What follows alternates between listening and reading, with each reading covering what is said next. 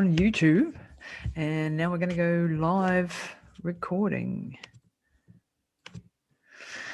Well, hi everybody, and welcome back to Pushing the Limits. It's fantastic to have you here with me. Today I have a superstar. I have David Wood with us. Welcome to the show, David. It's lovely to have you. Thanks, Lisa. Let's push some limits. Yeah, it's going to be an exciting interview, I hope, today, and really looking forward to you, because the stuff that you teach is the stuff that I need. So I've selfishly got you on my podcast to learn a little bit about how I deal with this. Now, you are the Focus CEO. You are the person that helps businesses and high performers get the most out of themselves and their lives. Can you tell us a little bit about your background and what you do and where we're going to go today? Yeah, sure. I started in a country town in Australia and had a tragedy as a kid and some trauma when I lost my my little sister and witnessed her death. And apparently sometimes trauma victims get very cerebral and very solution focused, and they skip over their feelings. So I got really good at schoolwork. I came top of my school. I got paid to go to university. I qualified as an actuary, which is, it's one of the hardest professions to qualify in that I'm aware of. And it was brutal. And then I thought I had it made, because I'm on Park Avenue at the age of 24 with an office, and I'm going to Sony Music and Ford and Exxon. And I was like, woo, this is great. Yeah. But I wasn't happy in my marriage. And I didn't know until someone sent me to a personal growth program, which I didn't want to do because they smiled way too much and they all wore name tags.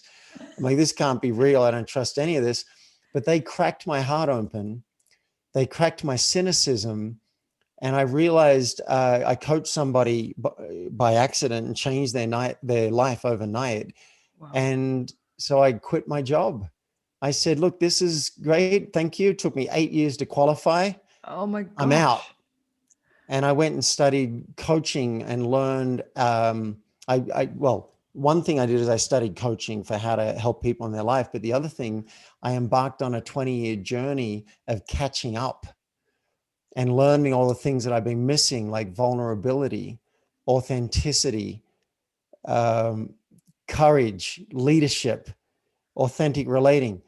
All these things I had no idea about. So I've spent the last 20 years doing that. And now I'm a bit of an unusual coach in that I'm not willing to just focus on your business or your job. I want to look at the whole person. Yeah, we might have hiring strategies. We might look at your revenue and we'll do all that. I love that. I eat that for breakfast. But how's your relationship with your kids? How's your self-expression? Is there a dream that you haven't followed yet? I want people to die, because I got up close and personal with death at the age of 7. And I've had my paraglider collapse on me and been plummeting towards the earth. Oh my gosh. I want everyone that when that moment comes, they have zero regrets. Yeah. They're like, I fully lived my life. We got the money handled. We got the time off handled. And then I fully got to show up as a wonderful human being. Yeah. That is, wow. Okay, that opens up a number of pathways for me to go down. So, quite often when you hear people's backstories, like you see the person on a website and you think, wow, they've got it sussed, they've got it all. You don't always understand where that person's come from. And I think this is, part of the whole social media. We see the shiny bits. We don't see the actual backstory. But sometimes when through tragedy, we have the chance to change and grow. And in your case, you obviously went very neural and really studied hard, but sort of put those things on the side, and then have develop that a little bit later on. So, yeah. And what I loved about what you said too was the fact that you look at the whole person, because I'm a very holistic coach in what I do too. And I don't like separation between, I'm helping you as a running coach, or I'm helping you as a health optimization coach or an epigenetics coach. No, I'm coaching you. This is the framework that I may be using, but we're going to be looking at every part of our lives. And I think that's one of the the problems with, and people who know my podcast know that I talk about this quite a lot, in our medical world, for example, where everything is separated into body parts and bits and organs. I think the approach of having a look at the whole person as well as specializing in the one area is very important. So you've obviously recognized that as a coach too. You coach a lot of top end CEOs and people in businesses. What are some of the commonalities that you see that people are struggling with, even at the high end of things? A lot of people, and I include myself in this bucket, are on a lifetime journey towards self-confidence, self-liking, self-belief, and let's even go there, self-love. Yep. And I still, there's still parts of my ego that beat me up and say, you should be this, you should be that. You've been working on anxiety and depression for 20 years. You should have that handled. You're a smart guy. You got all these resources and you're coaching. So that self-talk, I don't know if it'll ever go away for me, but I've come to embrace a lot of those things and even laugh at a lot of the things that most people keep in the shadows. And the more we keep them in the shadows, the more our brain's reinforcing that this is a bad thing. This is a shameful thing. So one way to counter that, and it might need some support because there's good reasons we don't share a lot of that stuff. We might be ridiculed. Yep. Our partner might divorce us and take the kids. Yep. We might lose our job sometimes. People might not like us. People might get angry.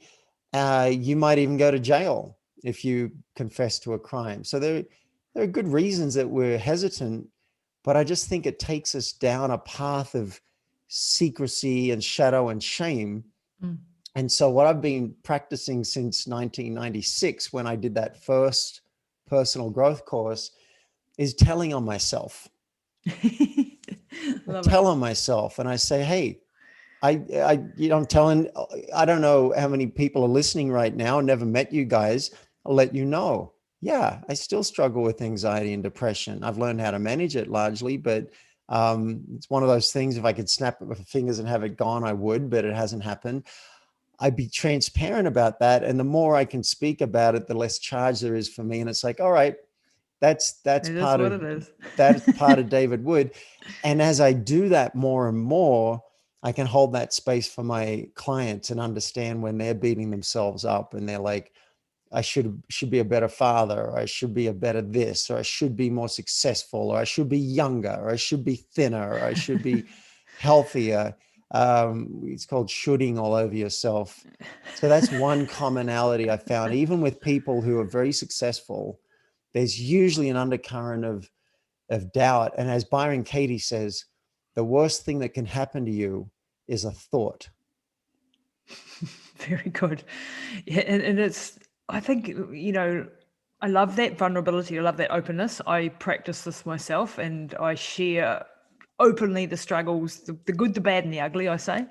And I think that's a really important thing to do as a mentor and a coach and as someone, because it's real, like we can all share how amazing David Wood is and he's done this and he's done that and he's achieved that and but when you actually dig behind the scenes and you start to understand that everybody, well, most people have this little voice.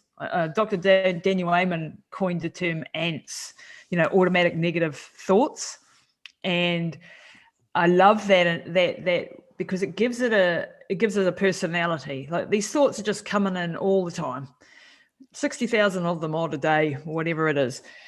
And we're pre-programmed to a large degree from our childhood, our culture, our community, our peers, everything that's happened to us has largely created the person that we are and our programming. And we have a lot of subconscious programming that's just going on. So I can go to a course or read a book and then intellectually understand that I should be doing this or doing that, and then do the exact opposite because the programming hasn't been changed.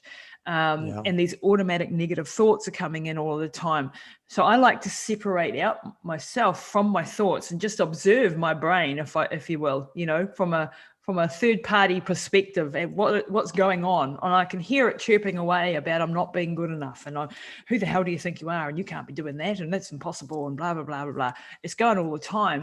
But when you step outside yourself and look at yourself and then just actually smile at the thoughts that you're having, and go, that sort of takes a little bit of the power away and makes it not you. Those short thoughts are not you. They're just a part of you. Would you agree with that sort of analogy? I agree 100%. And for some thoughts, what you described is going to be enough. You become aware of it. Like, is that really true? And that's enough. But I find most of my thoughts are more entrenched, and it's harder to dig them out like weeds. So I'm a big fan of a process created by Byron Katie, and she calls it the work. Mm-hmm. And anyone can go and download materials at thework.com for free. And I was doing this work this morning, lying in bed, because I'm about to commit to renting a really big house. It's a big step up for me. It's got 4 living rooms. It's just ridiculous. And I'm excited about it. And they said they're willing to furnish it. I can just use whatever they've got in storage. And I'm like, what I'm nervous about is what if it's crap? Like, because we're down to the wire. This is the last thing remaining. If it's good furniture, I can use that for the huge house. If it's not, I got to go and buy it all, and I might have to say no to the deal. So I'm nervous. And so this morning I did the Byron Katie work on, I need them to have good furniture. And she's got 4 questions and a turnaround, and I went through it. How do you react? What happens when you believe the thought, I need them to have good furniture? Well, I'm stressed. I'm awake thinking about this instead of sleeping. All right. Who would you be without the thought? I'd be asleep. I'd be at peace. I'd just be open to see what they have, and they have good stuff, and they don't. But I'm doing the laser version for you. Yeah. And then you turn it around. What's an opposite? I don't need them to have good furniture. Hey, all I really need is a comfy mattress and a couch. There's already a huge TV in the place, even though it's 3 stories. That's really all I need. I don't need them to have good furniture. And you come up with 3 reasons why that's true. Mm-hmm. So it's mental hacking, taking what you said and putting it on steroids. I may do another opposite. I need them to have good furniture. I need me to have good furniture. Okay. Yeah, maybe I need to go and pick out my own stuff and buy it. Right? Starts opening my mind. I can find another opposite. Good furniture needs to have me. All right, that's a bit weird. So we go deeper. What does that mean? Oh, maybe this is good furniture and I'm just not noticing it. So the good furniture that's showing up needs to have me showing up to witness how good it is. It can get a bit deep. Anyway, at the end of it all, I need them to have good furniture. Is it true? No, actually, after doing all that what did that take? 2 minutes, 2.5 minutes. After doing all that, I'm not convinced it's true anymore. So it starts to put a chink in the armor. Yeah. And if it keeps coming up, I might do the work again. And then I might do it again. And it's like digging up, loosening weeds. And ultimately, even with my most vicious, painful thoughts from all of my 52 years on the planet, ultimately, the goal is that I can have the thought come again and I will smile at it as I would at the antics of a small child. Exactly. Just as you said. Yeah. It's mental hacking on steroids. It's almost like, how you distract children when they're being naughty and they're throwing a tantrum. You don't give them more attention on the actual thing that they're tantruming about, if that's a word.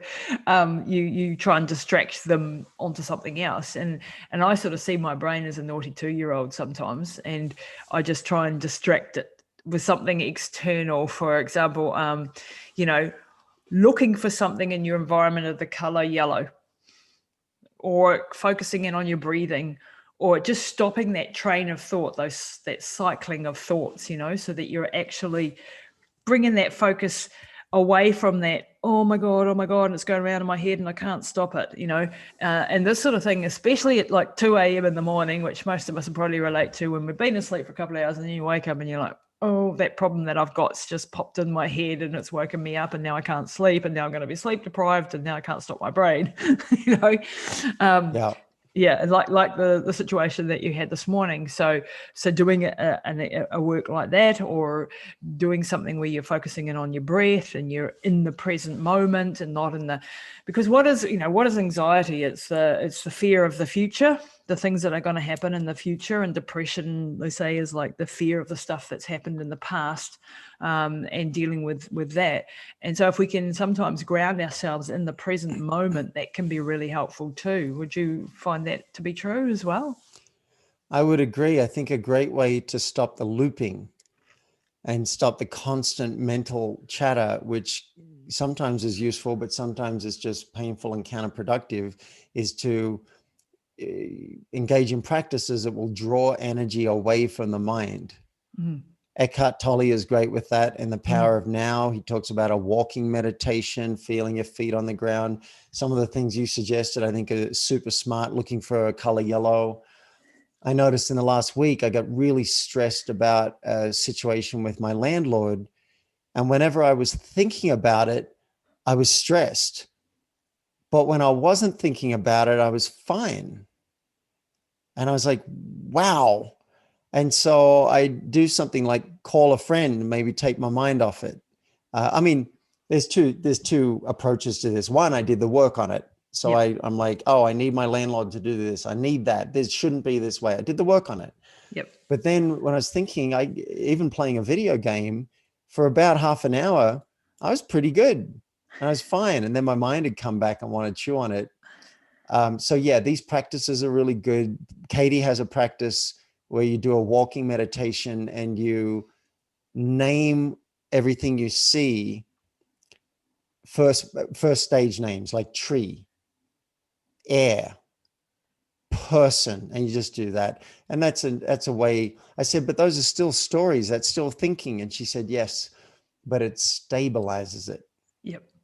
And it's bringing it down to the simple and actually experiencing that. I do that pretty much every day if I get to go for a walk, or in the park or something, and just actually looking at the birds and looking at the structure of the leaf, and feeling the crunch of the gravel under your feet, and just really trying to bring in, especially when you're fearful and when things are overwhelming, which, for most of us, I think, is probably the case. And even just having a few minutes of that can really rebalance you and get you, and being out in nature is another really important thing too, that I think, getting away from our screens and our, and one of the other things I wanted to ask you is, like, what's your take on the whole, like we're surrounded by negativity, we're surrounded by negative news.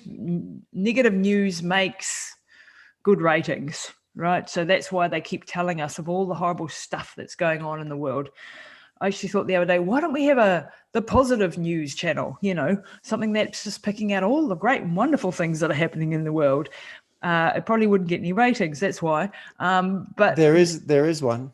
there is. There's at least one. Yeah, there's a couple of people have put together some things that are just positive news. You can subscribe to some newsletters that just tell you some really cool stuff that's happening in the world. Yeah, but you're absolutely right. There's a lot of toxic energy around. Here's what I believe about toxic energy. And I got this from a guy called Vic Baronco, who started something called the Moore House, and he said human beings want motion. We want motion. We want up motion or down motion. And the down motion is the easiest to grab. Wow. Takes the less energy. It's the most available. So Wow. with my partner, maybe we pick a fight and get some down motion. We might complain about it, but then that's also motion. The up motion takes a bit more work. So if I got a news channel, the best way I can get eyeballs is to tell you that there's some really scary, bad, twisted stuff going on. You better watch out. Yeah. All right. Now, people buy into that. I was on Facebook recently, and a friend from school, haven't seen him for 30, 40 years, tagged me in a post and said, if you've got friends or family in this area, you need to watch this video. didn't even say what happened. So to find out what happened, I have to consume that content. And there's Mm, someone on a stretcher and an ambulance or whatever, and I mm. resented it. Yep. I'm like, look, if there's something wrong with some of my family, someone's going to tell me, someone's going to reach out and let me know. I do not want to consume this crap. Yep. So I unfriended him just because I'm like, we Don't weren't need that. really close friends anyway, but I unfriended him. I don't want that in my life. I don't watch the news. No, me That's neither. my choice. I don't Yeah. watch it because I'm No. going to see that some 6-year-old got shot or some Yeah. like, I don't Just need shit you to, don't need to know. You I don't don't want to need to know. know that stuff. If there's something important, my friends tell me about it and I find Yeah. out a little bit later, but I don't care. Yep. Um, and I agree with you. The Positive News Channel, there's a movement called Random Acts of Senseless Kindness, Rascals, something like that. You can subscribe to Lovely. stuff like that. Chicken Soup podcast. I Yeah. would rather do that. And here's the other way that we sabotage ourselves, and I'm a victim of it, is that the television you choose, the TV shows you watch. If you're going to watch The Yep. Walking Dead, You're not going to yeah, come that's out feeling motion. positive, eh?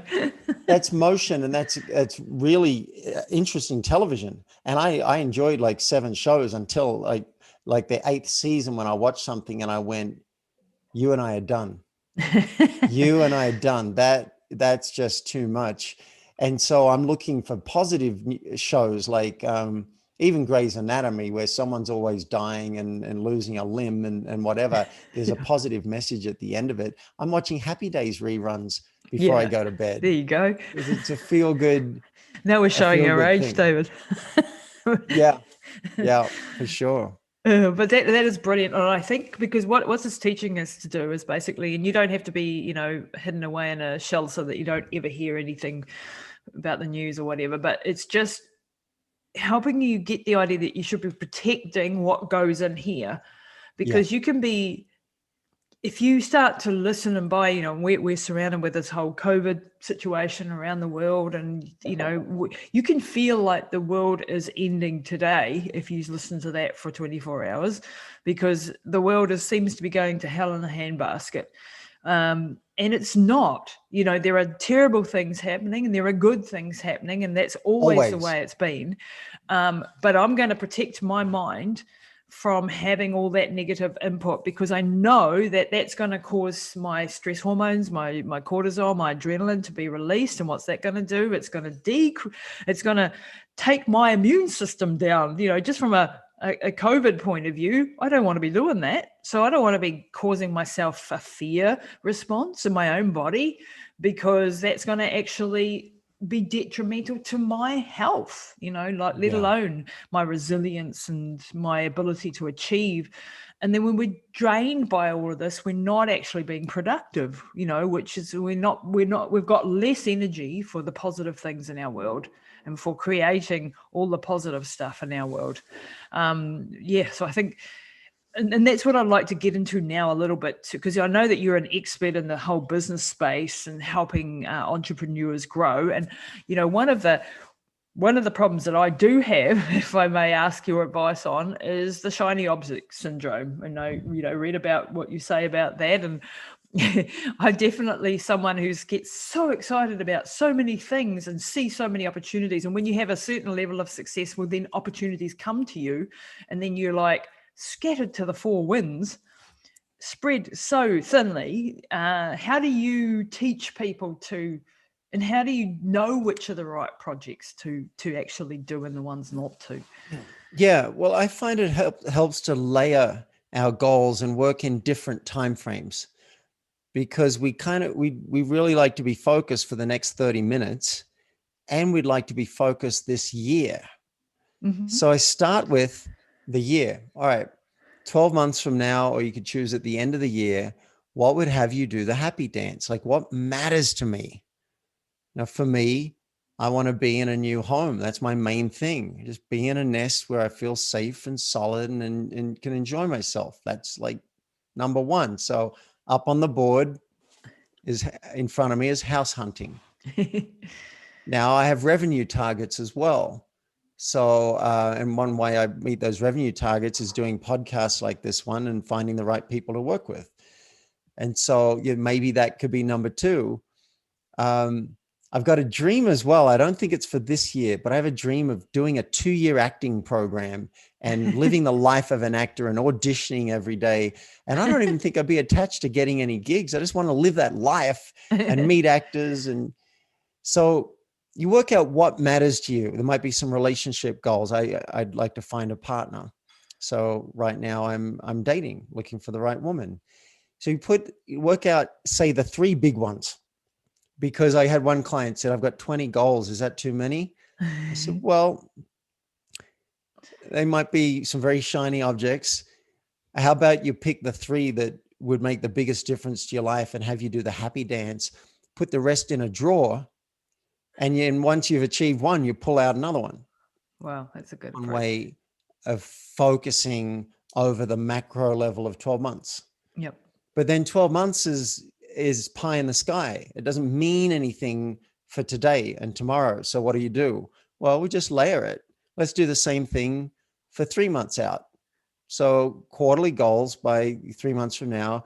To be fully on track to these other 3 goals, here are some milestones. I'm going to have done this, this, and this.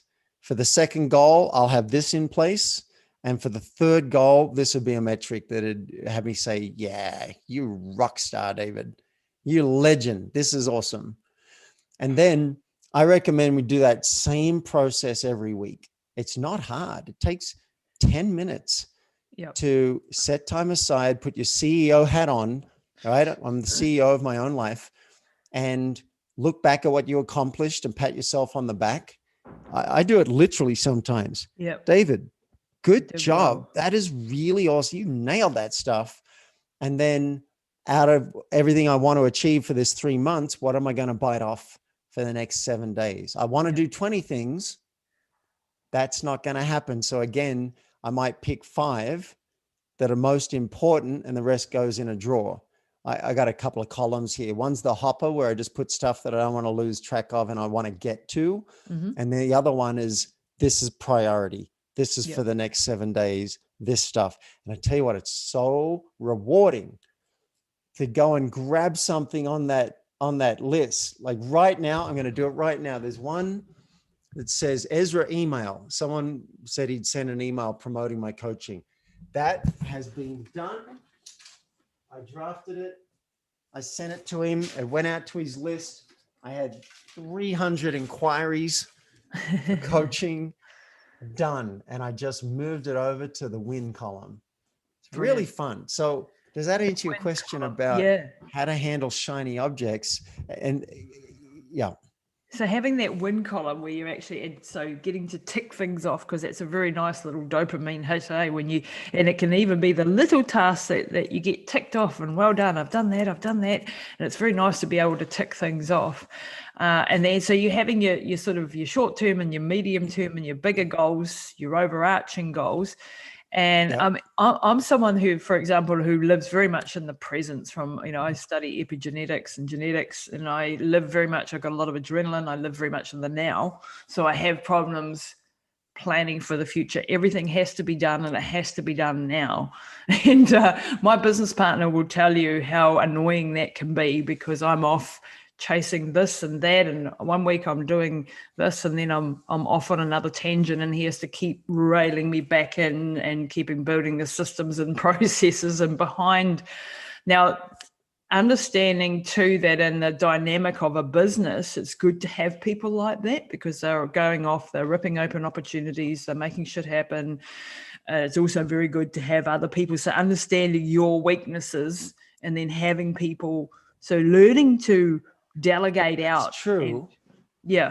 That's true in the context of a business. But I think for every human, we want to have moments like that and times like that where we're just spontaneous and, maybe we just wake up and do whatever we feel like on a Saturday morning. We want times like that. And we need the CEO to come out from time to time. That's why I just recommend a date with yourself for 20 minutes once a week, 4:00 on a Friday or 9 a.m. on a Saturday. And it's almost like you're a painter with a blank canvas. What am I going to choose to care about in the next 7 days? Now, we didn't talk about the next level. And by the way, listeners, I've got a cheat sheet for you. It's a checklist with everything we're talking about and a few steps we're not going to get to. And I'm happy to give that away if you like, Lisa, at the end of this Yes, you can put call. that in the show notes and so on. But we want to get more micro. So we started with 12 months and then we looked at the quarterly goal, and we only have to do that 4 times a year. So that's no big deal. And then every week we have this CEO date and we choose our 7-day goals. The next level is, what am I going to do tomorrow? Because if you still don't focus, you could be chasing shiny objects, even though you got your 7-day goals. You're going all over the place. I say the human mind is like a monkey on crack, and these shiny objects like monkey treats, and we're like, oh, monkey treat, Yeah. whatever. So a simple thing you can do is set an alarm for 4 o'clock each day, and the alarm will go off and say, what are the 2 most important things you could do tomorrow to move your life or your business or your job forward? Yep. That's the question. And then you write down those 2 things on a couple of Post-it notes, whack it on your desk or your computer when you finish work. Then you know when you wake up, you don't have to jump around and run after monkey treats. You know what there is to do. Your CEO told you the day before. So now your worker can come out and say, all right, all I got to do is do these 2 things before I do anything else. That's the key. Yep. That's the key. Before I check email, unless you're massively disciplined, but I recommend have a couple of hours to work on those 2 things before you check email, before you check voicemail, before you go and look on Facebook. And then as a reward for doing those, you got to mess around with email or Facebook or whatever. Yep. That's how we go from 12 months out to what am I going to do the next day? And then the final level, what about the next 25 minutes? That's the final level. That's where the rubber meets the road. And people can have the best of intentions, and they got their 2 needle movers. It's going to move the needle in the life or business. They already know that. They wake up and then scattered, monkey treat day. Yeah. Right. So the last version, I recommend booking sprints in your calendar, maybe 9 to 11. 2 hours is a good chunk of time. And then I even break that into 4 25-minute sections. It's called the Pomodoro Method. Set the timer. All right, 25 minutes. And I set a goal. It's got to be clear. In this next 25 minutes, I will review owner's equity from the accounts and send it off to the bookkeeper. Boom. Next 25 minutes, this is what I do. I break it down like that. And now, one thing at a game time. on. Yeah. Game on. You can't mess around, because if you mess around, you're going to be late on the first one, then you're going to be late on the second one, and you're not going to get those 4 things done. And your mind will try and pull you off track in 50 different ways. So usually it takes my clients a few weeks, sometimes a few months, to bring all of this into habit. So they're really showing up and achieving twice as much in half the time. Wow, because that is the thing, like, like my computer has 100 windows open and it's so easy. I go off to do one thing. Maybe I have to go into Facebook to message somebody for a specific thing that I'm doing, right? Just example. I get over there and then I see another message from somebody else and I end up down a rabbit hole, and then I've forgotten about the thing that I was doing 2 minutes ago. And that's an example of things that happen to us all the time. And so especially when we're on computers with many windows open, and we go to do something and then we see another message come in, we see another email come in, I'll just answer that and then I'll get on to the thing I'm meant to be doing. And that's where the monkey brain just comes in. You're just constantly being pulled down these rabbit holes. It does. And I think this is where we can come back to what you said earlier about guarding your own mind. Yep. So my mind wants to be pulled in a bunch of different directions. It wants to try and do 100 things at once. So a way that I protect my mind is I don't have any beeps when I get an email. Turn that off. I don't want to know. I'll go check email when I've got a window. I don't want to be pulled constantly. I turn my phone on do not disturb. I don't want to ding because someone sent me a cat picture on WhatsApp. right? I'll go and check my messages That's when the I have a little shit that break, and I'll happens see. every day. Yeah. So you guard yourself, and then during those sprints, you put a sign on your door. Go and tell your family, this is a new challenge for me. I want to really focus. So short of a fire, please let me have these 2 hours, and I'll come out and I'll hug everybody when I'm done. So you guard your attention.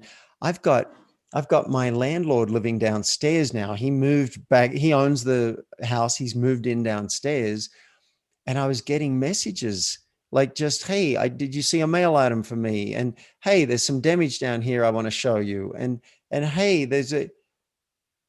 I noticed I was getting stressed, and part of my brain was scanning for it. Like I'm on Yeah. call. Yeah. We had a wonderful conversation. I said, would you be willing to give me blocks of, say, 24 hours of radio silence so I can just really drop into my work and everything, and keep a list of what you need from me, and then do it all at once? And, we'll have a chat. We'll sit down. I'll give you whatever you need, but not this dribs and Yeah. drabs.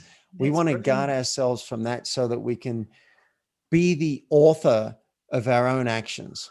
Wow, this is so powerful stuff, David, because it is, none of us, well, especially people of our age, we didn't grow up with these technology and the systems that we have now, and so we haven't been taught how to manage all these notifications and the thousand things that are coming at you at once, and it causes massive stress. And being able to focus in on one thing at a time, because we can't multitask, much to, many people believe we can, but we don't do it properly when we do. I think the other piece of that puzzle is building in recovery phases, so that you are doing a short sprint and then you're getting up and moving and getting outside or doing whatever is a break for you. Yeah. Is recovery a very important thing for you? Apparently, I don't know that I was really in touch with it, but until recently, because there's a lot going on right now, like with those 300 inquiries about coaching. Um, I'm looking for a new home. Someone just connected me, set me up on a blind date. There's I'm doing tax returns and international tax returns. There's a lot going on. And I noticed that I was getting full. And so I spent an hour and 15 minutes on the phone with the agent going over the lease point by point. And at the end, he said, why don't I just send you the lease and you can change the wording to what you're looking for? I was like, well, that sounds like a smart idea. I should probably do that. And I can't do it tonight. I'm full. Yeah. I'm full. I need some distance from this. So after this podcast, I'm going to go back and I'm going to tweak the language. Also, a woman I've just met, and we had a first Zoom date, and it was great. And she sent me back a video, and I wanted to watch it. I was full.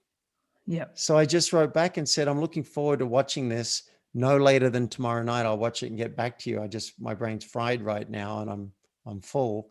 And then I had to say no to a couple of things that I thought I could say yes to, but I'm And full. realizing, that I need you can only recovery from take. this house hunt. I need recovery from Yep. sometimes from working with clients. I need recovery from all the stuff the brain's holding. I'll lay down for 20 minutes today, maybe straight after this call, and just breathe. And I'll just see what my mind wants to do. It gives your brain a space for integration. Yeah. And we'll see what thoughts come and what it wants to talk about and what wants to happen. Sometimes it's useful. Sometimes it's really just integrating the day. Sometimes it's really just a chance to come back to baseline for the body. But yeah, I'm a big believer in do your sprints Yep. and then time off. Yeah. You can do it in a 25-minute sprint, then a 5-minute break. And then you also might do maybe 4 of those and have a 15-minute break. You might work really hard for the day. And then yesterday I took my dog out for a walk. I was tired. I just want to lay down, but I'm like, we got to decompress from You got to all of go this and just get get out and out in nature exercise. and let the universe do what it's going to do. And then I was ready to get back into another production cycle. And I think that that's a really important thing, is that so many of us are pulled in 100 directions with families and careers and obligations and thousands of people. And, we do, and not feeling guilty for taking a little bit of time to actually do some self-care and some self-love and being out, because we're refilling our cup. And if we don't refill our cup, we've got nothing to give to our family and our loved ones and our staff and our whoever. We're pouring from an empty cup, and we're not resilient, then we're not strong, and we're not able to do that properly. So I think that's something that I preach a lot about, is doing that self-love and that self-care first. It's like in the airplane when they say, put the oxygen mask on for yourself first before you attend to the kids next to you. There's a reason for that, because you can't attend to the kids if you are unconscious, putting it simply. That's David, right. I think that we've covered some really good stuff this morning, and I'd really like to get that cheat sheet. I'd like to give people the opportunity to reach out to you. Where can people find you? And if they want to get some coaching help with you or work with you, where was the best place to find you? Great. Well, I created a link that's very easy to remember, and I created a gift basket of goodies. So there's the cheat sheet, the checklist for doubling your productivity. And then I just need to clear my throat again. Useful to have a mute button. And then also, if you are in business, if you're an entrepreneur and you're already up and running and doing well and you want to do better and go faster, there's a link there where you can request a session with me. And if you qualify, if you meet the criteria, I'll do a call with you for free and we'll work out exactly what you need. And I do it partly because it's fun and partly because it's how I find the right people for me to work with. And if I can't help you or if we're not a fit, I'll tell you super politely. And if we are, we'll have some fun together. Sounds but good. You can get those and a couple of other goodies that I haven't mentioned at myfocusgift.com, because I want to give you the gift of focus. So myfocusgift.com. Now that's a page you can't get to from my website. So if you go and hunt around my website, which is focus.ceo, you won't find this page. So it's worth writing it down. Yeah, myfocusgift.com. Enter your email as an email gate. And then if you want to get some video content from me twice a month, then you'll get that automatically. And if you want to unsubscribe, I don't mind. Take care of your inbox. But that's myfocusgift.com. Brilliant. Thank you very much, David, for your time today. It's been really wonderful having you on Pushing